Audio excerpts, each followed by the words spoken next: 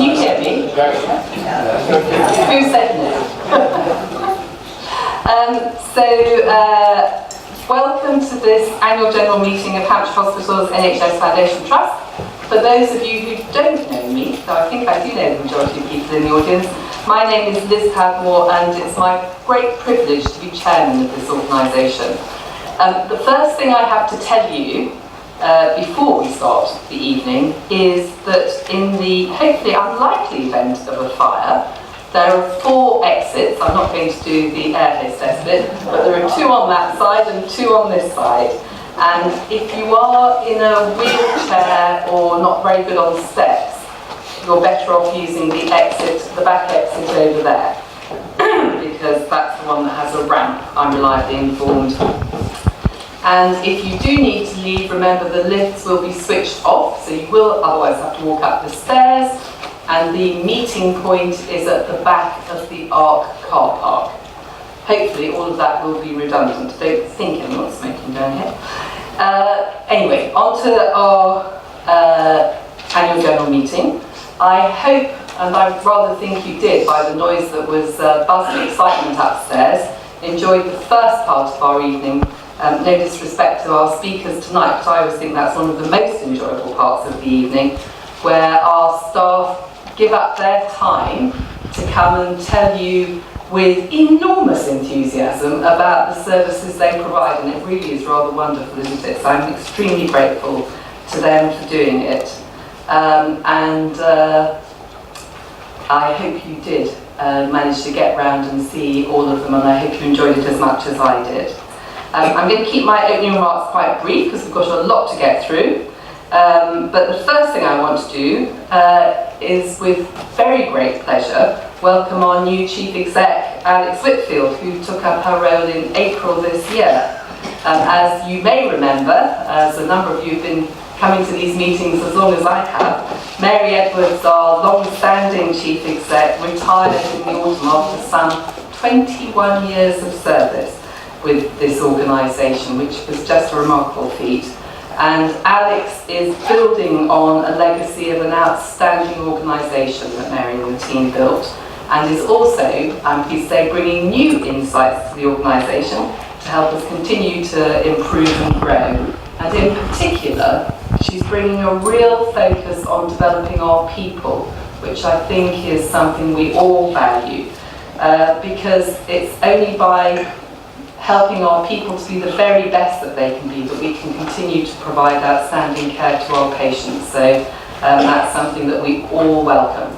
I'm also joined up on the platform by Malcolm Ace, our Chief Financial Officer, Julie Maskery, our Chief Operating Officer, Andrew Bishop, our Chief Medical Officer, and Arlene Wellner, who may be less well known to you, who's our Deputy Chief Nurse, as Donna is having a very well-earned holiday and can't be with us tonight. And I'm delighted that we're joined in the audience by most of my non-executive colleagues on the board and many of our Council of Governors.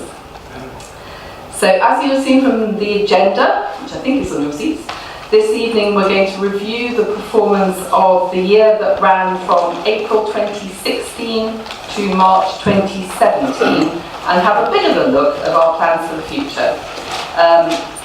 I know those of you who come to these things regularly will know that we always include in these meetings a presentation from one of our celebrity clinicians, and I'm delighted that Richard Hindley is here this evening. We continue to be one of the leading lights in the field of urology and prostate cancer diagnosis, thanks to Richard and his colleagues, and I very much look forward to hearing more about his pioneering research in this area, as I'm sure you will. We've got plenty of time for questions, but I'd ask you to hold your questions until the end of the presentations, and then I'll invite you to make them.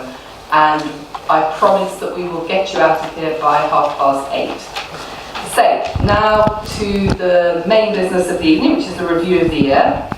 You won't need me to tell you that this year has been a year of, well, I wouldn't say uniquely challenging, except almost every year is challenging for the NHS, but up and down the country, we and other hospitals have faced quite severe financial constraints while needing to care for more and more sicker and often frail elderly patients with extremely complex needs. So it's been tough, but the team have really done a phenomenally good job, as you're going to hear. And not only have they landed this extraordinarily complicated organisation virtually on the head of a pin, but they have also cemented many very significant collaborations with our partners around in the system and across our local healthcare system. And our colleagues in adult social care and others have been working really hard with us to tackle those difficult issues, and a lot of that's down to the great work that Julie in particular has led. So I'm very pleased to be able to steal their thunder by telling you that we've ended the year having delivered on our quality, performance and financial targets, which is an extraordinary feat. And you'll hear much more about this from Alex and Malcolm shortly. And of course, there is a full report in our annual report and accounts. It's about 200 pages and it's on our website. There's also a shorter summary which I think was available for you upstairs.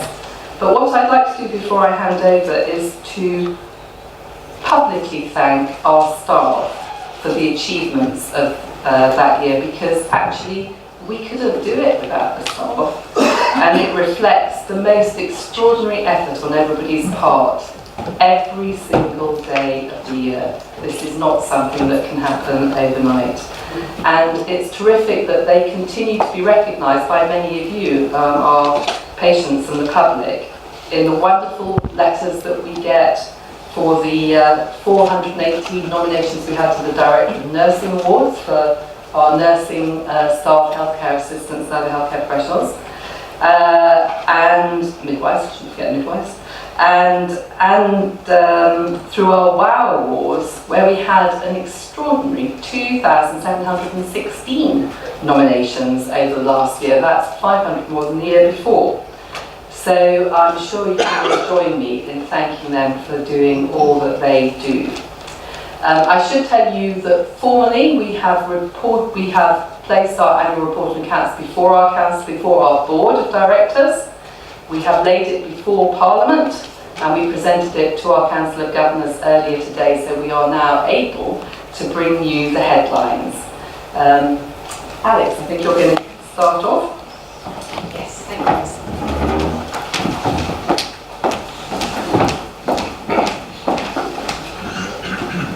Hello, welcome to our annual general meeting. I have a great privilege and honour to be talking about what happened in the year 16-17. As Liz mentioned, I started here in April, so I am not responsible for any of the amazing things that I'm about to tell you about, but I feel very privileged to be standing here in this position. I do, before I start, want to pay tribute to Mary Edwards, who led this organisation for a number of years and for a large part of the year we're talking about tonight. And is responsible for me coming into the NHS, so I have a personal debt of gratitude to Mary, and also to Andrew, who led the organisation for the 3 months between Mary's retirement and my arrival here. So this that I'm about to show you is testament to them and to all the other 6,000 members of staff that we have here at Hampshire Hospitals. I'm going to cover a little bit about quality and how we've done in terms of quality in the last year, a little about our performance, then Malcolm is going to speak to the finances, and then I will come back to talk about the people. As Liz said, a particular passion of mine, our people, and a little bit about our plans. And we'll finish with a very short video, if the technology works, hearing from one of our amazing members of staff. So before we get into the detail, 2016-17 was a very busy year, and every year is a busy year. But there are some statistics here that I think are just fascinating. One of the ones that always speaks to me is in the middle there, our outpatient appointments. That equates to 11,000 appointments a week in our hospitals. Not only our 3 hospitals, but also some we're running in other facilities such as Alton and some of the Eastleigh area as well. Our babies born, over 5,500 babies born either in Winchester Hospital, in Basingstoke Hospital, in Andover Hospital, or in people's own homes where our midwifery teams are out supporting mums who want to give birth at home. So that's a lot of new citizens of Hampshire that we've brought into the world over the last year. And you can see some of the other data. I can't even imagine what 7 million tests look like in our pathology labs, but it's an awful lot of work, busy work. In terms of quality, the CQC inspection happened in the previous financial year, but that rating still stands for the year just gone. So that was a rating of good, and we were rated as outstanding for our end-of-life care and for the caring aspect of what we do. So we're very proud of that, and my first few months here I have seen so much evidence that that rating was more than merited. We're now preparing for them to come back again, CQC, because they've said they'll come back to all organisations over the next 12 months. So we're going to get ready for a return visit. It won't be quite on the scale of the last one with the tens of inspectors who came in 2015. I've pulled out a few of the hundreds of examples of things that our staff have done to improve the quality of care that we provide. And I think that ethos of continuous improvement really shines through at Hampshire Hospitals. So right from the baby end of things to get baby friendly accredited with our support for breastfeeding, supporting babies and mothers to give their children the best start in life through that, right through to the delirium team. So delirium is a transitory condition often, and a lot of people who come into hospital may have been coping very well at home, but because of their illness, the medication, the unfamiliar surroundings, they can become much more confused. And we've worked with the delirium team, put that in place to enable us to support people in these unfamiliar and confusing settings. And I talked to some really passionate people in our intensive care unit who had said it was making a really big difference to their patients, who sometimes get very confused by finding themselves in intensive care, as you might imagine. Some of the statistics, we've reduced our grade 3 pressure ulcers by 70%. And Arlene, who's on the panel, if anybody wishes to ask any questions, she's led a lot of that piece of work. And this is about making sure that patients who are in our beds for any length of time are on the right mattresses, that their skin condition is checked regularly, that they get the right hydration and nutrition. It's very complex, the management, to avoid a pressure ulcer, and it is astonishing what the team has delivered within our hospitals. Some of our governors here were involved in our place audits, and these kind of statistics where we scored over 98% for cleanliness and nearly 92% for the quality of the food are really impressive. These things matter to our patients. They are real indicators of the quality of care that we provide.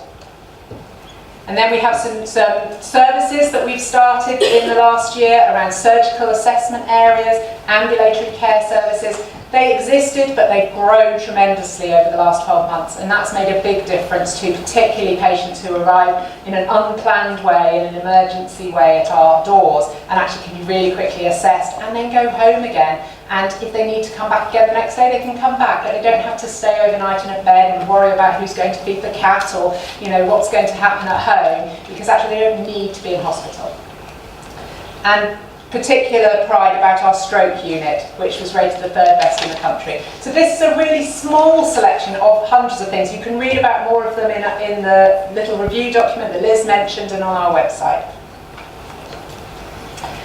And all of that is great, but it's really important to know what our patients think about us. So some statistics here in terms of thank you letters and complaint letters. So I now have the great pleasure of reading thank you letters and complaint letters. And I do want to say that I am so appreciative when people write in and say thank you, but I'm equally appreciative when they write in and say it didn't quite work for me, because that gives us the opportunity to make it better for the next people.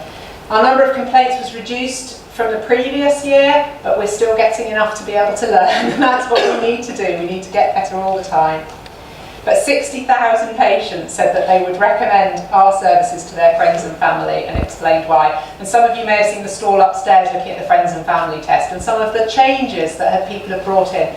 I was particularly impressed by one of the patients who said, the bins don't half make a noise at night and keep me awake, and so the wards have installed soft close bin lids so you don't get woken up. I just thought things like that staff, you may not hear if you're working a night shift, but if you're a patient you know about these things.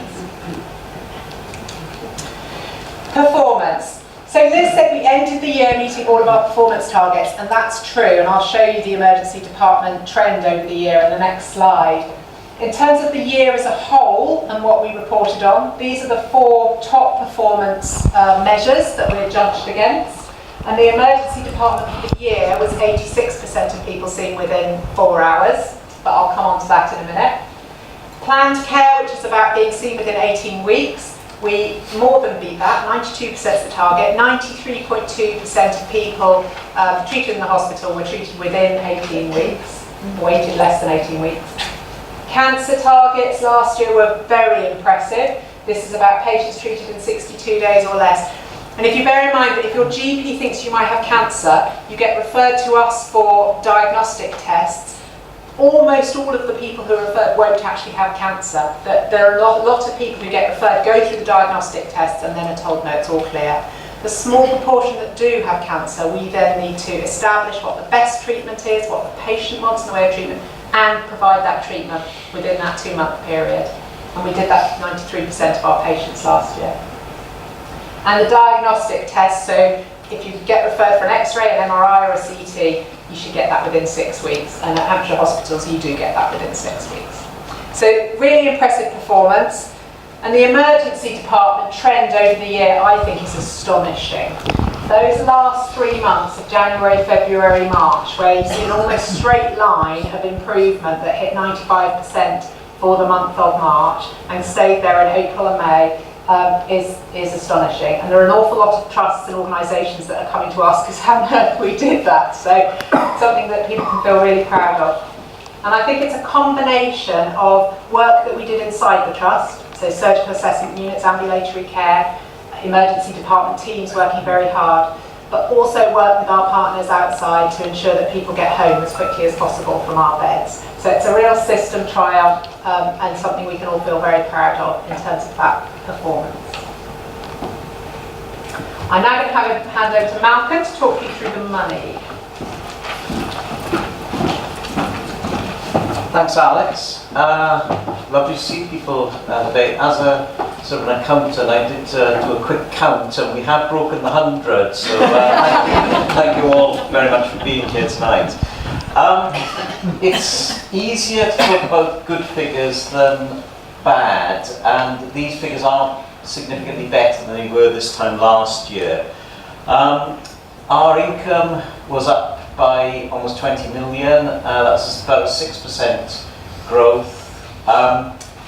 That's partly real growth, but also partly a bounce back from a slightly disappointing 15-16. We then had a new source of income that we mentioned this time last year, the Sustainability Transformation Funds, which were only allocated to trusts if they consistently hit their financial targets, but also hit their clinical targets. So the figures that Alex put up for our achievements with ED, with cancer, and with RTT performance, they were taken into account with those. We hit every one of our targets. We achieved 100% of our SDF money, which meant that we were both on target with the money, but far more importantly, our clinical standards were very good throughout the year. Our expenditure, slightly more mixed position. Our salaries again went up significantly. In healthcare terms, that's an absolute boon. It is better to have more staff here in terms of outpatient care. As Chief Financial Officer, it does give me great pleasure to see our staff working absolutely heroically. But when I look at the numbers, they do sometimes add up to more than I would strictly want. And our salaries went up by 5% last year, and we're employing around about 200 more staff than we did this time last year. This is a constant pressure within the NHS. We want to provide excellent service for our patients. Alex put up some of the numbers: 120,000 people coming through our ED department, 600,000 to outpatients, about 120,000 to inpatients or day cases or non-elective surgery. These are enormous numbers, around about 900,000 patient interactions in a year. Our staff perform heroics, but our funding doesn't always follow. To the requisite amount. So our surplus and deficit for the year, our surplus for the year was 4.7 million against the deficit last year of 6.9 million.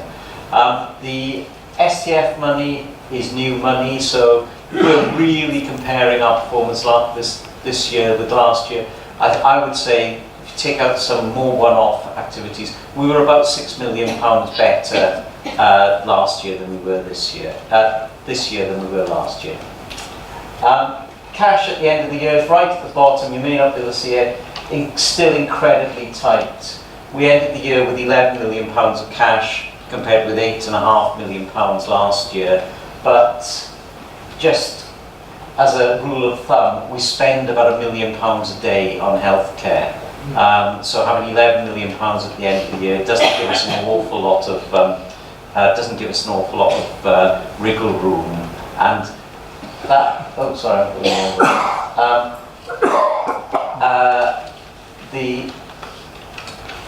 this is a constant issue within the trust, so I'll jump over one slide. One of the biggest challenges to the trust is our continued pressure on our capital funding. We don't have ready access to capital funding. We have to generate our capital funding from our cash and from our, and if that is under pressure constantly, then we will not be able to respond as we would want to capital pressures.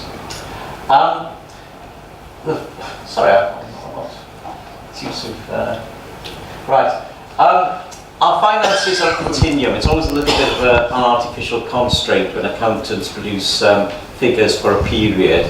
And last year, I think we did end up in a very good place. The current year has started with very great financial challenges. The control total, which is our target for a surplus given by our regulator, has increased.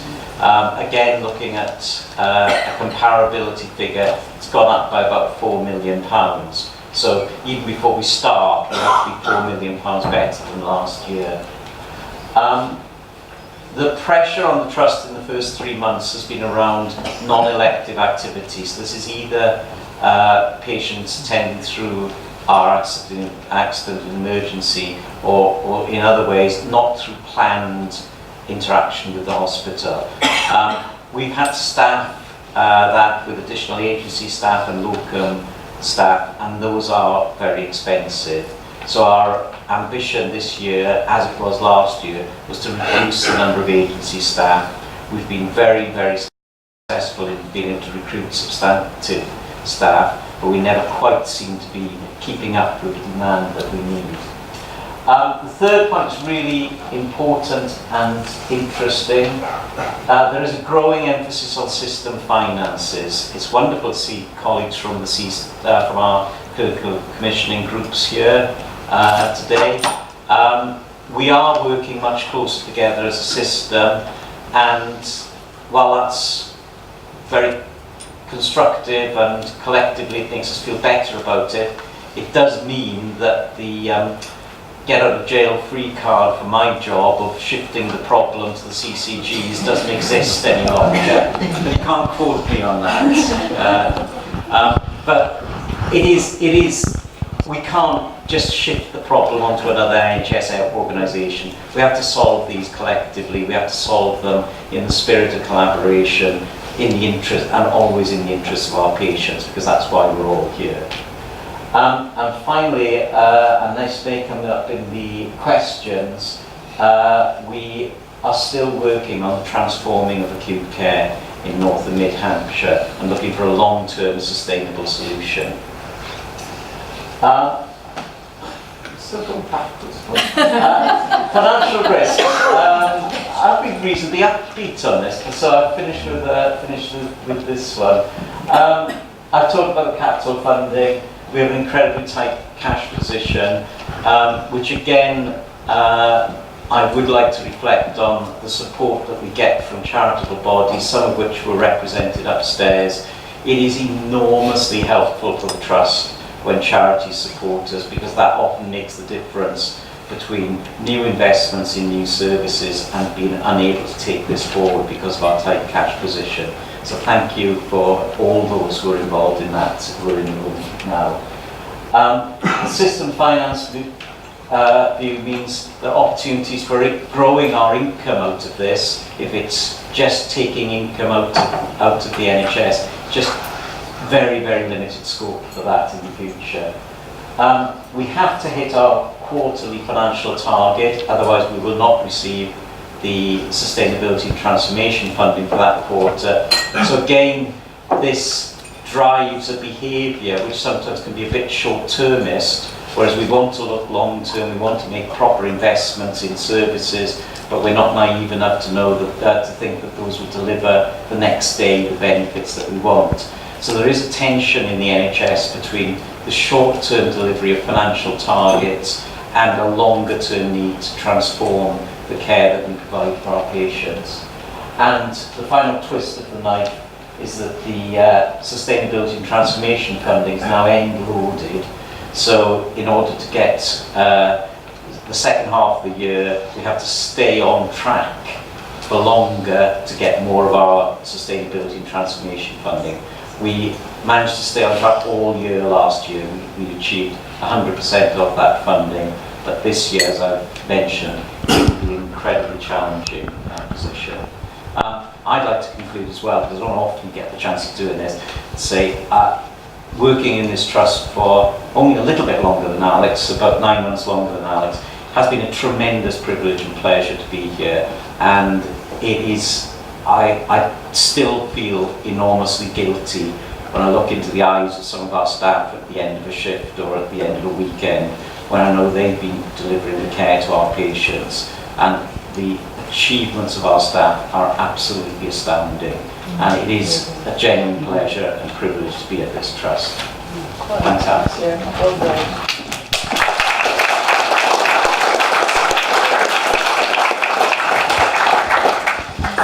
And Malcolm's an exceptional Chief Financial Officer in that he does look in the eyes of our staff and remember the patient.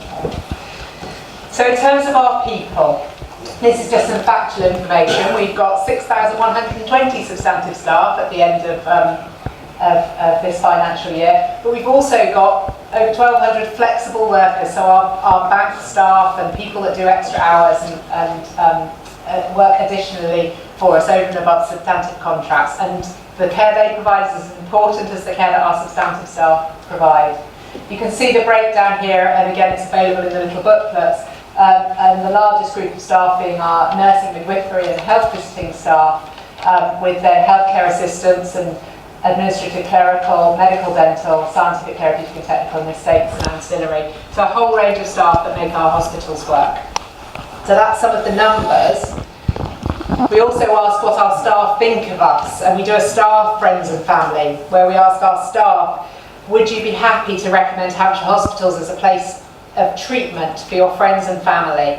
And 88% said absolutely they'd be highly likely to recommend us as a place for treatment. Now 88% is quite a good number compared to other organisations, and a good number anyway. My personal aspiration is those 12% who wouldn't. We need to work out where they are, and we need to make the world different for those people so that everybody says they would be happy. And similarly, for those that would recommend us as a place to work, and you will know from the press that the NHS as a place to work has become more challenging, and there's a lot of debate about what we pay our NHS staff. So there are some things that are not within our control in terms of how we make this a good place to work, but there is much that is within our control. And I am delighted that 72% of people, even with the pressures that the health service is under, say, I would say to my children and my brothers and sisters, come work at Hampshire Hospitals. But we need to work on the other 28 as well and make this a place where everybody is recommending that they'd like to come and work here. I have the pleasure of sitting on a lot of consultant interview panels, and we were there this morning, and it's always so heartening when you hear these doctors who have often worked in numerous trusts as part of their training, and they come to the interview panels, and maybe they would say this, but they absolutely glow with what it would mean to them to come and work at Hampshire Hospitals, and how inspiring they find this organisation, particularly the clinical leadership and the culture that we have around the way we work with our clinicians. We should record some of them, I think. And there's a whole load of initiatives that our people have been involved with, and that the Trust has done to encourage our people to be involved. So I want to start with the one at the bottom, over 500 volunteers, and some of our volunteers were upstairs, our dementia volunteers, and the memory box with all the beautiful things that take you back in decades and help with our older patients and some of the patients with dementia. But we've also got dogs, we've got our pack dogs, we've got people who do home visiting, they're not even looking after the people in our hospital, but they visit and befriend people at home. We've got so many volunteers, hospital radio, we're upstairs as well as all the wonderful people that raise money for us to buy equipment that Malcolm mentioned, and a whole load of others. So just a huge thank you to any of you who are volunteers and to the volunteers who aren't here tonight. We also have a really strong programme of apprenticeships. We've got over 100 apprentices, and that's only going to grow with the way the government is encouraging people to employ apprentices and for people to take up apprenticeships. And it's really good the work we're doing with BCOT around that as well, and a number of other educational organisations to support the growth in apprentices. We've also supported veterans, so people leaving the military and the armed services, through a programme called Step Into Health, which is about saying when you finish your military career and you're ready to re-enter civilian life, that sometimes that can be a difficult transition, but actually we need people who've got those skills that they've learned in their military career in the health service. And it's fantastic that we've supported over the last year over 100 people on their journey to roles in the civilian world. And they're fantastic individuals. We're really, it's not just for them, we're lucky to have them.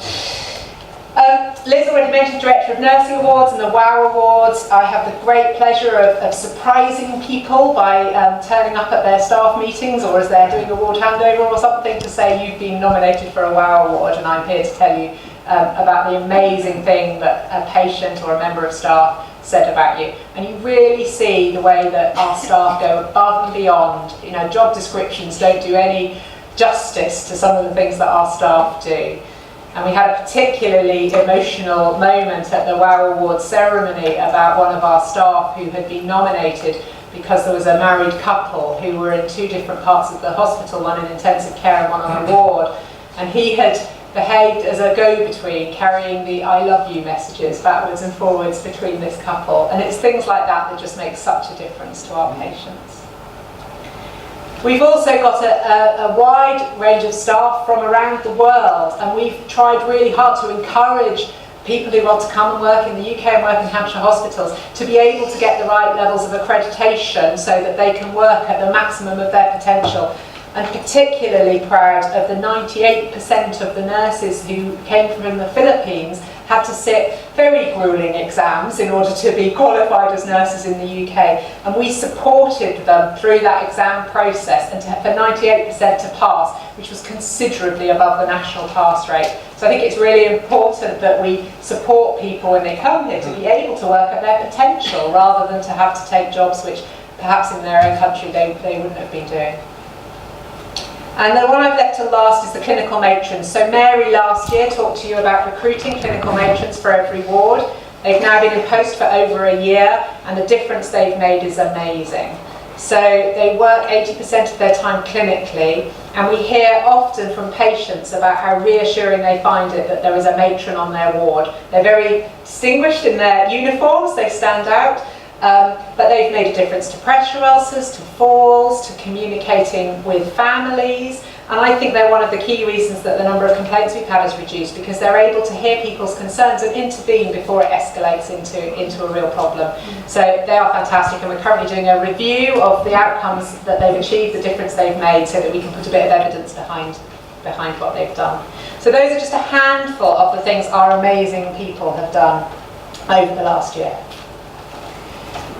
I'm not going to talk for very long about plans for next year because this is a review of last year predominantly, but just to say that our priority is always and always will be continuing to provide high quality care for our patients. It's why we all come to work, whether we work in management or finance or portering or nursing or medical work. We come to work in the NHS because we care about our patients. And there's some particular areas of focus in the year ahead: frailty and how we support people who are elderly and frail, where hospital isn't always the best place for them, and we need to get them turned around and home again as quickly as possible, but home again with the right support, working with our partners on that.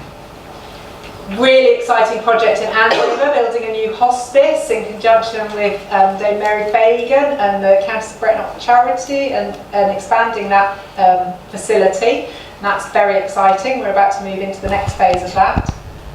We've got a real focus this year on reducing patient moves. So often patients come into our hospital and they go onto one ward, and I'm sure a number of you will experience this, and then they get moved to another ward and then to another ward. It's confusing for the patients and the family, and it can disrupt the continuity of care. It's always done for a very good reason. It's done because there is another patient often who needs that particular type of care. But we need to try and find a way to manage our occupancy so that we have enough spaces that we don't have to move people, unless it's the right thing for them. Clearly, if you need an ITU bed, an intensive care bed, you need to move. But if it's not the right thing for you, we need to keep people where they are as much as possible. And helping people get home at the right time. So this is about keeping people in hospital when we can provide good medical care and it's where they need to be. But as soon as they don't need to be there, get them back home with the right support to be able to sleep in their own bed at night. So alongside the high quality care, which is our number one priority, we do need to deliver on the money, and as Malcolm has said, it's a very challenging year this year. We need to deliver on the performance measures, because actually they are about quality. On the whole, that is quality. And we need to deliver for our people, our staff, and make this a really great place to work and support them to develop and work at their potential. And we need to plan for the future. Malcolm mentioned the sustainable acute care. So this is the work that's been going on for a number of years to say what is the right configuration of services in what buildings in order to provide the best care for the people of North and Mid Hampshire. And there's a programme running at the moment in conjunction with the CCGs that's taking another look at that question. And I'm sure it will come up in the question and answers later on. We can talk more about that. And the Cancer Treatment Centre, which has been in our plans for a number of years and will be built. Whatever the answer to the sustainable acute care question is, we will be building a cancer treatment centre. And a number of people have already donated very generously to the charitable call for money to support that building. And it will happen. One thing that won't change is our values. So our values, which spell the word care and are about compassion, being accountable, respect and encouraging each other. And I think that's one of the wonderful things about Hampshire Hospitals, and I've seen it in my first few months, and I knew it from when I worked here a few years ago as well. And we do have a really strong set of values, and the way we treat our patients shines through in so many of our interactions. So I just wanted to finish with a video of one of our amazing members of staff who is a healthcare support worker from the Andover End of Life Care team who works in the community. She's talking a bit about what it's like to work here. My name's Gina. I'm a member of the home care support team. I'm based at Countess of Brecknock Hospice in Andover.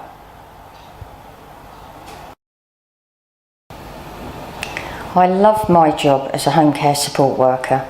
I provide care in the home, and I can't think of anything more rewarding than doing a job that I'm providing that high level of care. I build a good rapport with the family and the relatives, and I'm out in the community. I'm meeting the whole family, and it's such a rewarding job. And when I can say that every day I get up and I know I'm coming into work, I can have a little smile on my face, that's what it's about. And I thoroughly enjoy what I do. So I couldn't have said it any better than that. This is an amazing place to work, and we're all very lucky and very privileged to work here. And it's been a great honour to share the successes of 16-17 and the amazing things that our 6,000 staff have delivered in the last year. And I'm sure we have a very good future in 17-18 and beyond. Thank you.